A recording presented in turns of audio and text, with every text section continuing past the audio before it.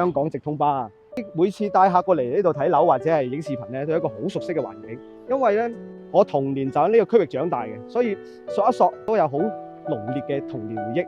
咁呢個區域咧，其實咩都齊㗎啦，市場啊、商場同埋學校、醫療都喺周邊附近。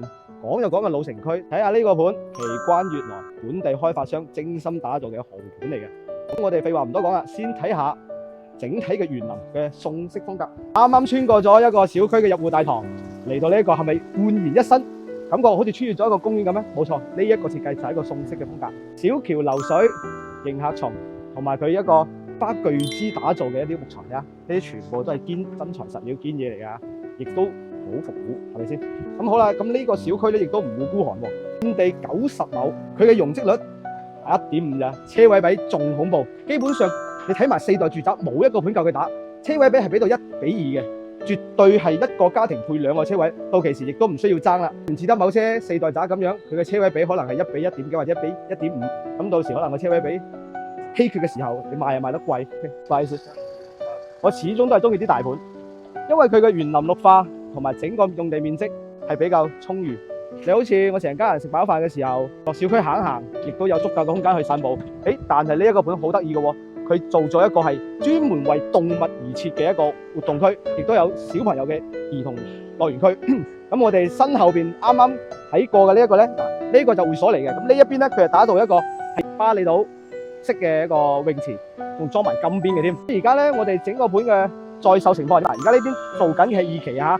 咁佢哋1期嘅1棟、2棟，1棟基本上賣晒㗎啦，2棟剩翻140少量嘅貨源，148方嘅。咁而家加推嘅呢個係屬於2期嘅153方，2梯2戶。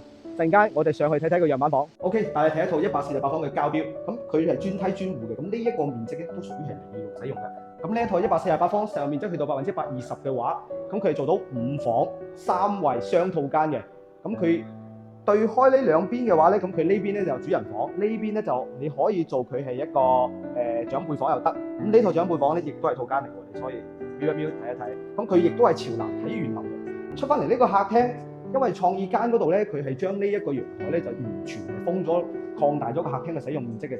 你入到去個效果就係非常之有視覺衝擊力，超級地大。咁你有啲人會覺得話封咗個陽台之後，咁我咪冇陽台去曬衫或者做其他嘢？咁你又錯咯喎！你睇下呢邊個廚房位，廚房位隔離咧就有一個小陽台，亦都係你嘅生活陽台，亦都可以放下啲洗衣機啊，放下衫咁樣。佢係朝北，唯獨是有2個房間係朝北嘅。好啦，直隊去到我哋呢邊主人房，呢個主人房好少見到係兩面都係窗。